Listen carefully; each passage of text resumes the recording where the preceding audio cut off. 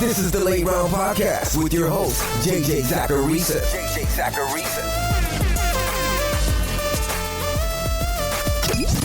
What's up, everyone? It's JJ Zacharisa, the editor-in-chief over at numberfire.com, and this is episode 144 of the Late Round Podcast, one of the many shows that are part of the Number Fire Podcast Network. Thanks for tuning in. We'll dig into this week's mailbag in just a second, but I wanted to send a reminder first that you guys should try out Number Fire Premium. I published my first round of tiers and rankings for premium members on Monday, but we've also got betting picks and advice for the World Cup, every PGA tournament, and day in and day out for Major League Baseball. Plus, we've already got our premium NFL draft kit ready to go if you're trying to get a head start with fantasy football. First-time users can use promo code CLUTCH at checkout and get your first month of premium for just $7.95. That's promo code CLUTCH. Visit numberfire.com/premium for more details.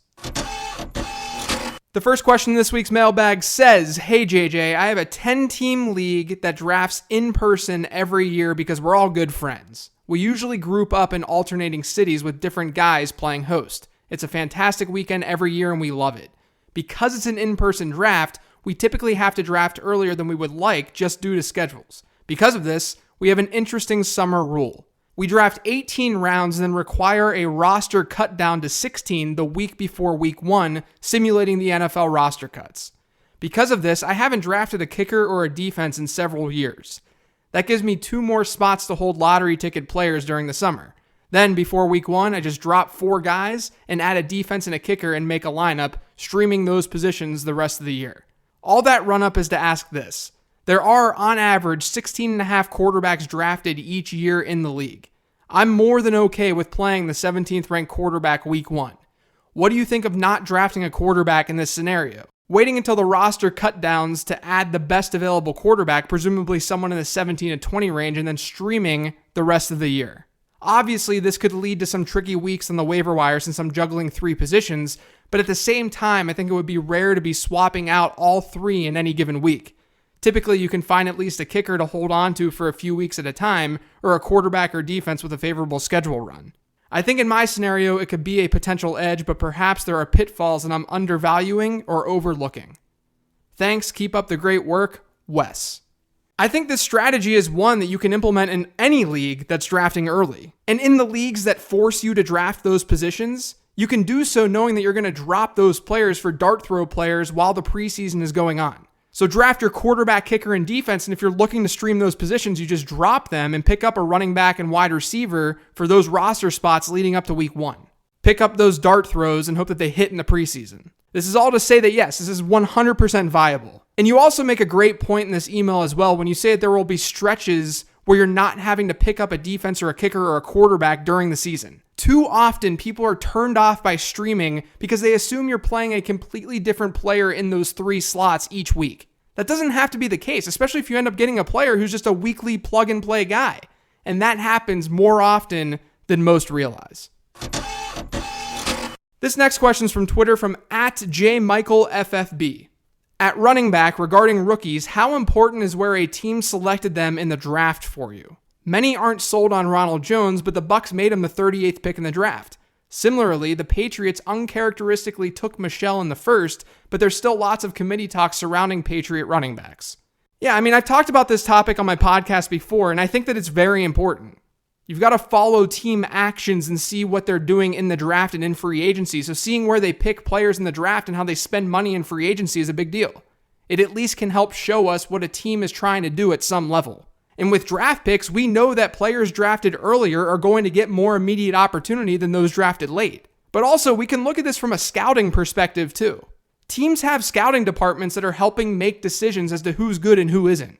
As bad as teams are at drafting, we also know that players selected earlier in drafts are more talented than players selected later. So you're essentially looking at draft equity in 2 ways. One in the form of immediate playing time and volume, and the other just from a talent standpoint.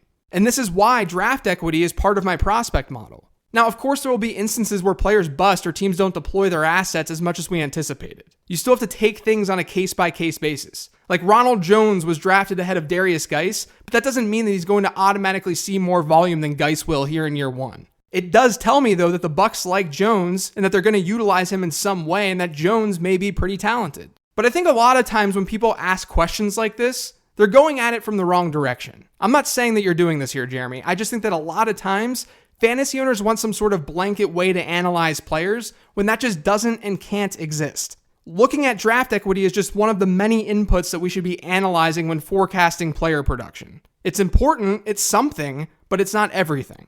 Like imagine a world where you're going on a vacation and you're deciding what you're going to wear on that trip. How would you first decide what to wear? Maybe you'd look at the weather. That's probably what I would do. But you're not just going to stop there. You're going to think about any of the activities that you're going to do on the trip or whether or not you're going to go out to eat and so on. Draft equity is just one of those inputs that should go into your overall evaluation. It's one of the activities that you're going to do on your vacation. But to answer your question, yes, it's important because it can tell us something about both opportunity and talent. This next question is from Twitter from @PFButler12. Is there any correlation between teams' Vegas win totals and identifying running backs to target? I have a hard time thinking about drafting a running back from a team with a low win total assessment from Vegas. Therefore, I'm a little down on David Johnson, LaShawn McCoy, and others. Love the pod.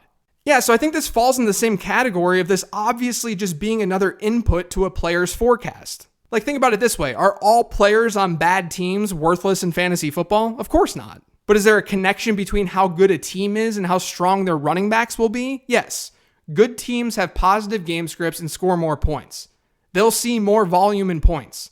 That's why so many good running backs come from good offenses. And that's why on the How to Spot a Breakout Running Back podcast a month or so ago, I talked about targeting players in good offenses and on good teams. But here's the other thing. Players in bad offenses should naturally not be projected to score as many fantasy points. For instance, I use a top-down approach when I'm building my projections where I'm looking at how a team is going to perform first and foremost. So if a team is going to perform poorly, that's inherently going to show in the projection for the players on that team. And if you're not making projections, and I know a lot of you aren't making projections, I do think you absolutely should strive to target players in good offenses across the board. And since looking at Vegas projected wins is a mechanism for predicting how good a team is going to be, then that's definitely a way to see if the team a player is on will be good or not. What sports books are putting out there can be utilized. There are plenty of other things that go into whether or not you should draft a player, of course, but how good his team is going to be is definitely one of those things. This next question says, hey JJ, I'm curious as to what you think about Spencer Ware for this season. He had over 1,300 total yards for KC in 2016. I don't doubt that Kareem Hunt is the clear top back on the team going into 2018, but does Ware have any value worthy of a late round selection? And do you think a Hunt and Ware combination could yield results similar to what New Orleans got from Mark Ingram and Alvin Kamara last season? I'm really starting to think that Ware could be a huge steal as a late round dart throw. Thanks for the insight. It's always really appreciated. Jeff, thank you for listening.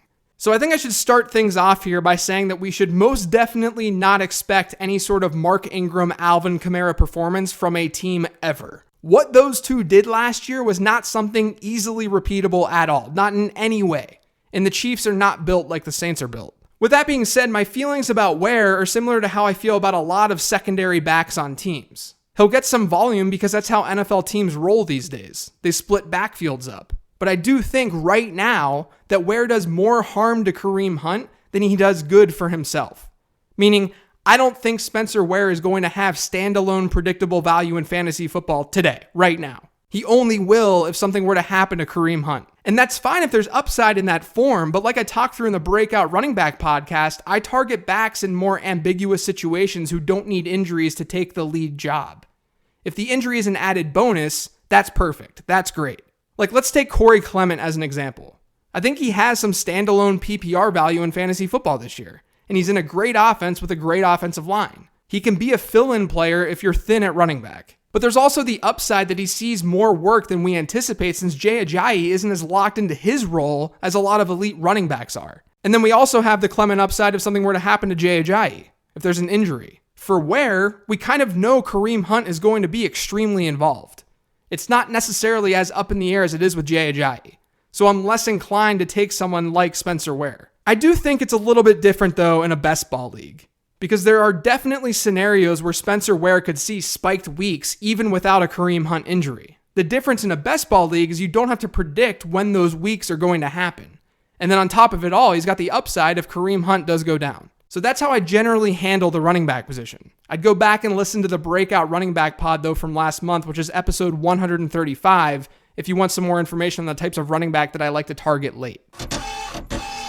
This next question is from @PDFresh53. Hey JJ, are pass attempts a stat that belong to the quarterback or the play caller? I'm curious because of all the discussion this offseason about Tyrod Taylor never attempting a lot of passes, but with the changing teams, can we still expect his normal number of attempts?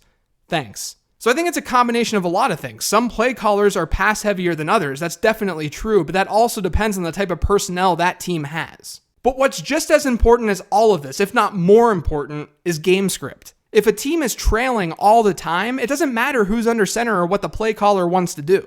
They have to throw the ball. If they're trailing, they have to throw the rock. So like I said, there are a lot of factors at play. I don't think it's necessarily fair to just bring it all together and sort of categorize pass attempts by either quarterback and play caller, because there's a lot more that goes into an equation like that. But do I think that Tyrod Taylor will throw the ball more than he did in Buffalo? Yeah, I do. And I really hope that he does.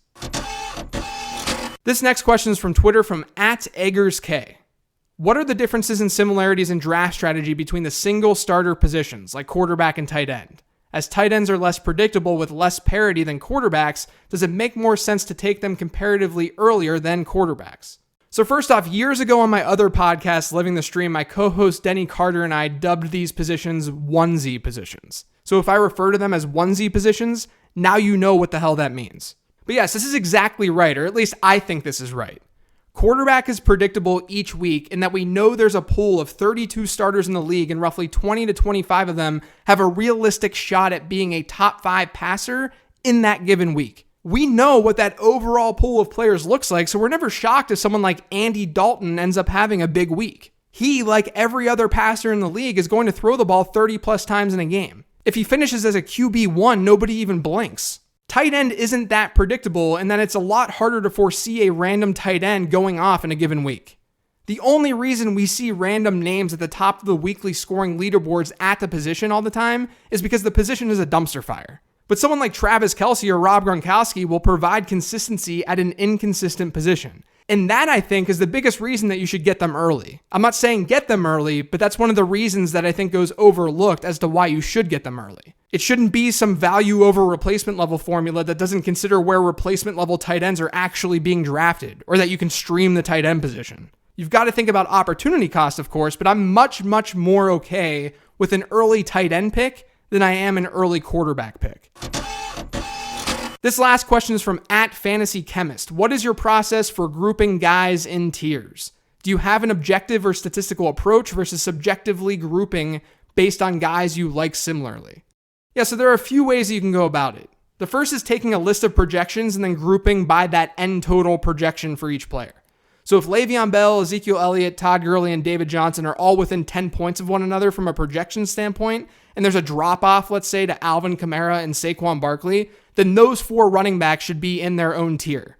And you just go through that process over and over again. That's the totally objective way to do it. You can do that same exercise, but do it subjectively too. I think a lot of people do it that way. If you're tiering players and you're going through a list of rankings and you feel like there's a drop-off from one player to the next, then you just start a new tier. Because remember, tiers are just players that are interchangeable in rank. You may like one player in a tier more than another, but it shouldn't be by anything significant.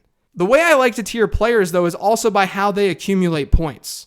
So if there are third down backs who are going later in drafts, maybe like Tariq Cohen and Chris Thompson, I'll tier those guys together. Or if projections are close between a group of, say, 16 guys, but half of those players have higher ceilings and the other half have just high floors, I may split those up as well. Hopefully that at least helps you a little bit. But that's it for today's show. Thanks again for listening. If you've yet to subscribe to the Late Round Podcast, make sure you are by searching for it on iTunes, Google Play, SoundCloud, TuneIn, and Stitcher. And when you're on iTunes, guys, please do me a solid and leave a rating and review. It really goes a long way. I'm also on Twitter @LateRoundQB. Thanks, everyone. I appreciate you. Enjoy your weekend.